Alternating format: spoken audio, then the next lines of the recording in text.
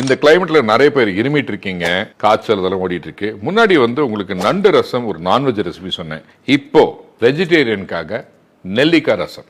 என்ன பண்றீங்கன்னா, ஒரு நல்ல உரல்ல நெல்லிக்காய் விதை எடுத்து நெல்லிக்காய் போடுறோம். அதுல பெப்பர், திப்பிலி, பச்சை மிளகாய், கருவேப்பிலை, பெருங்காயம், மஞ்சள் தூள், வேணும்னா கொஞ்சம் ரசப்பொடி எல்லாத்தையும் போட்டு நல்லா இடிச்சுங்க. ஒரு குக்கர்ல இல்ல ஒரு பாத்திரத்துல துவரம் பருப்பு கொஞ்சம் நிறையவே தண்ணி, அதாவது 1:3 அளவுக்கு தண்ணி போட்டு நல்லா வேக வச்சிருங்க. அதை மசிச்சுட்டு இந்த பேஸ்ட் எடுத்து நீங்க அதுக்குள்ள போட்டு நல்லா கலக்கிடுறீங்க. தேவையான உப்பு போடுறீங்க அண்ட் கொத்தமல்லி போட்டுருங்க. கொத்தமல்லி போட்டு கலந்தப்புறம் நீங்க என்ன பண்றீங்கன்னா, கொஞ்சம் சுட சுட நெய்யில ஜீரகம், கடுகு அண்ட் கருவேப்பிலை 3மே நல்லா வறுத்துட்டு போட்டுருங்க. இதுதான் தாளிப்பு. உங்க ரசம் ரெடி.